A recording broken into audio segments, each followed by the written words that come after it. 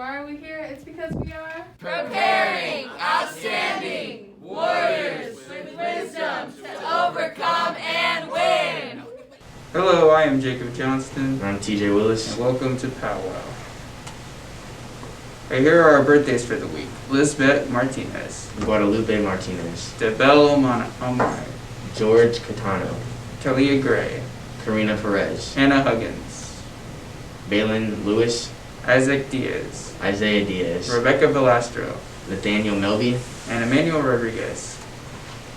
Congratulations to Georgie Strickland for tutoring other students. We also have Zoe Davis and Oreo Odenike for helping an injured student switch classes. Our student athlete of the league is Jalen Nidulon. And here's Miss Speer with the POWWOW video. All right, good morning, Newman Warriors. My name is Mrs. Speer, for those of you who don't have me for class or I haven't met yet. Today I'm going to talk to you about gratefulness. And I think this is pretty important to kind of most of our lives right now, being grateful for what we have in such trying times. So I wanted to talk to you about a few different things involving gratefulness. So the first thing is that when I think of being grateful, I think of it in this way, that like being happy doesn't make you grateful, but being grateful can make you happy, right? So just because you're happy doesn't mean that you're grateful for what you have. It doesn't mean that you're grateful for like what's going on in your life, right? You can still like not acknowledge those things. However, like you can be unhappy and you can sit and be intentionally like grateful for things. Just go through and make a list in your head and say, oh, well, I'm grateful, that I have a bed to sleep on. I'm grateful that I have, my brother. I'm grateful for my grades. I'm grateful for whatever, right? You can just make a list, and making that list and being grateful can in turn make you happy. But yeah, it's a good thing to practice, especially now. This past year, 2020, I know has been really hard for a lot of people. It's the people who don't have it hard, like I really envy them. The people who haven't really been affected by the pandemic, they're pretty lucky, I'd say. But in turn, that means that I got to practice being grateful. So I was strengthening, that quality, I guess, or that mental discipline. So I had to sit through and think, okay, well, I'm grateful I still have a job. I'm grateful that I have friends and family to miss not being able to see. I'm grateful that I'm saving money because I'm not, going out to restaurants and eating or anything like that. So I had to make a list and kind of get creative with that list because it was really sad to not be able to see the people I normally see, which I know everyone else was feeling as well. But you can do this with any part of your life, right? Like there can be days at school where you're like, I don't want to be at school. Like you're just kind of in a bad mood or kind of in a funk. You just like think, okay, what can I be grateful for? Like while I'm at school, while I'm here, what can I be grateful for? Or maybe you're just having a hard time at home. Make that list. And while it won't turn things around necessarily or change your situation completely, it does change the lens that you see the situation through. And that brings me to my next point. There is a quote by an author from a really long time ago. And he essentially says that the mind is a really powerful thing. It can make a hell out of heaven or a heaven out of hell. And that's so true. And by practicing being grateful, we are making a heaven out of hell. We are filtering what our mind is thinking about and how we're thinking about those things, and it can make a difference. So I want to share a personal story about that. So a lot of you had me in middle school. And then I just wasn't around and for the last school year. So over the summer, I learned that I had type 1 diabetes. And a lot of people hear diabetes and they think that it's the disease you get because you're overweight. There are actually a lot of different kinds of diabetes. There are 9 different kinds. Some of them are from diet and lifestyle. A lot of the other ones they just happen to you, whether you are the healthiest, fittest person, you can still happen to you. So the type that I have, type 1, is an autoimmune disease, which means that my immune system detected something in my body that wasn't supposed to be there, and it had kind of like an overreaction to it, and that overreaction caused type 1 diabetes. There's not really an explanation for it. There's not really a reason. Doctors don't know why type 1 diabetes happens. It's a mystery. And so that was really frustrating to think like, I have this autoimmune disease and there's nothing I could have done to stop it. Like, there's nothing I could have done to prevent it. Like, it just felt really unfair. It's a chronic thing that I'll have for the rest of my life unless they come up with a cure, and there's not really like any news of that happening soon. So I just have to deal with it for now. So it's really hard. A lot of my medical supplies are really expensive. So everyone's bodies produces insulin, and it's needed for a lot of different things. But your body just naturally produces it, just how your body naturally produces melatonin when it's time for you to go to sleep. However, in type 1 diabetics, our body stops producing insulin. And without insulin, you can die. So it's really stressful to think about that. However, it's also really stressful because insulin is very expensive. There's not really a reason for it except for these companies that make insulin want to make a ton of money. And they know that people need it because they'll die without it. Essentially, that would be like companies charging you like $400 per water bottle, just because we need water to live, right? So it's one of the most expensive items out there. I think it's considered the 3rd most expensive liquid because it does come in form of a liquid. So with all of this going through my head, I was just feeling really down, really sad about it all, just kind of like, what is my life now? What does this mean? And my husband had to remind me to play the GLAD game. And that is what I do whenever I intentionally try to be grateful. We call it the GLAD game.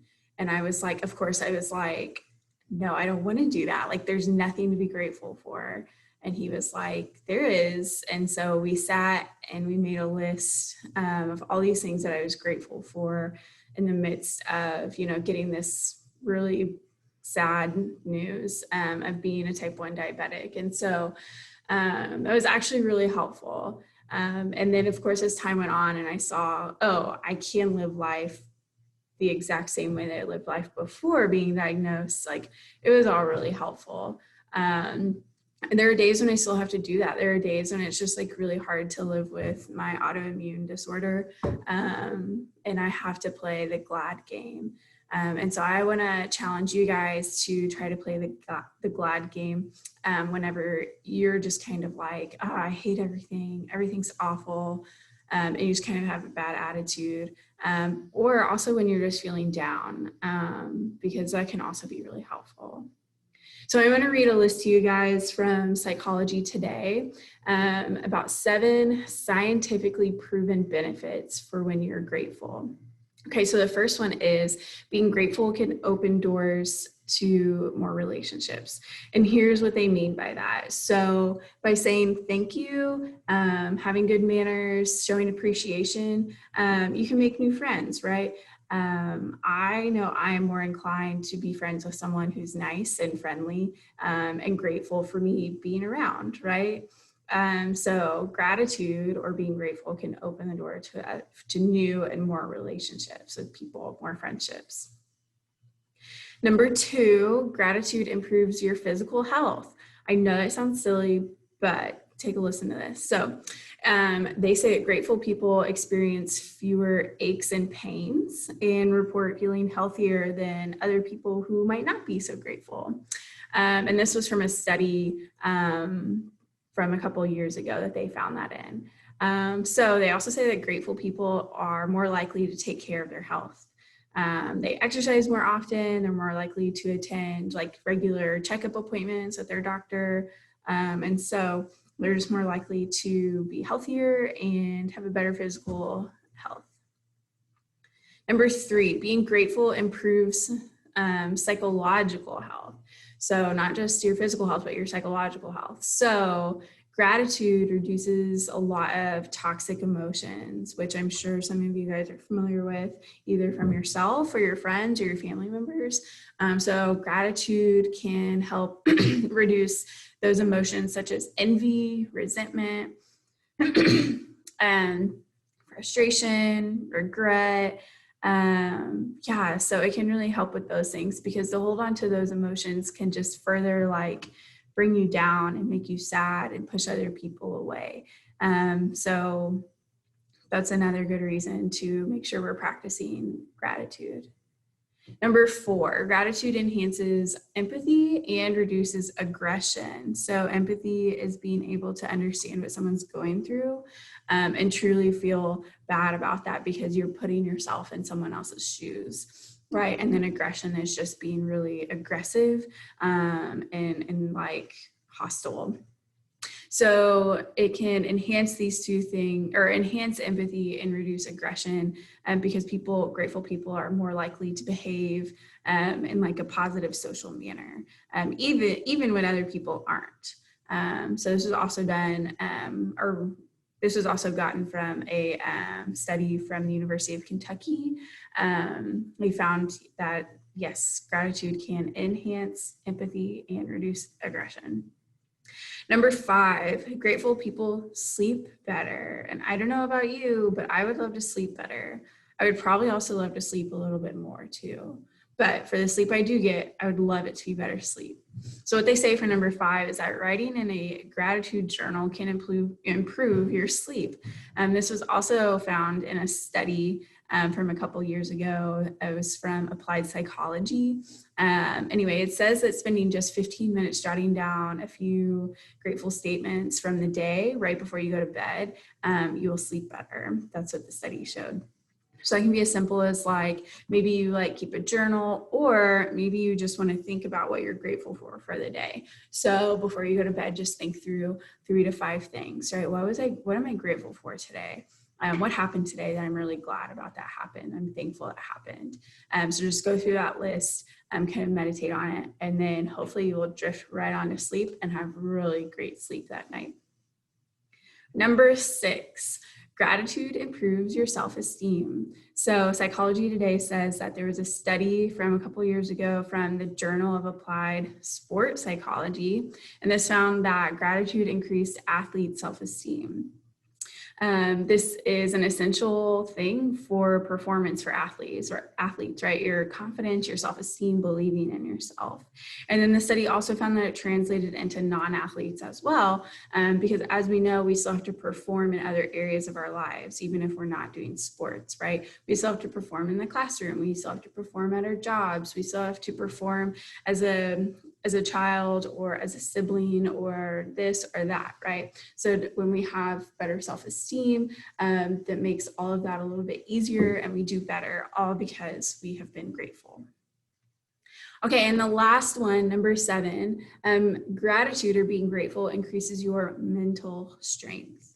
So it shows, our list here says that to show gratitude can reduce stress, but it also could play a major role in overcoming trauma, or just, some really hard times in life.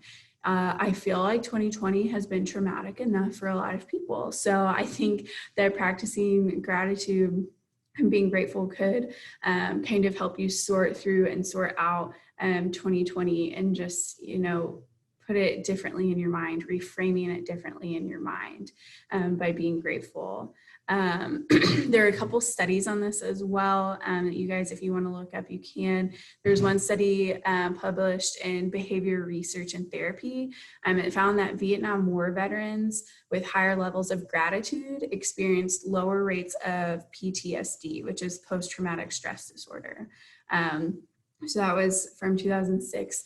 And then there's another study from 2003 that was published in the Journal of Personality and Social Psychology. And this found that gratitude was a major contributor to resilience following the attacks from September 11th. So ultimately, being grateful and practicing gratitude, recognizing all that you have to be thankful for, even during the worst times, can help you to be more resilient, more positive, and more healthy, and have better relationships and better sleep overall.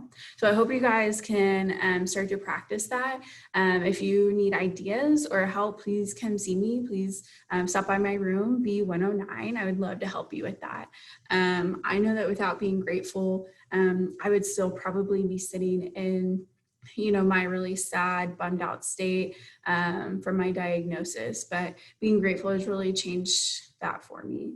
It's no longer like, okay, well, here I am with this like medical condition, woe is me. And now it's like, okay, I can do this. There's nothing that's going to make this harder for me, right? Like only I will make it harder for me.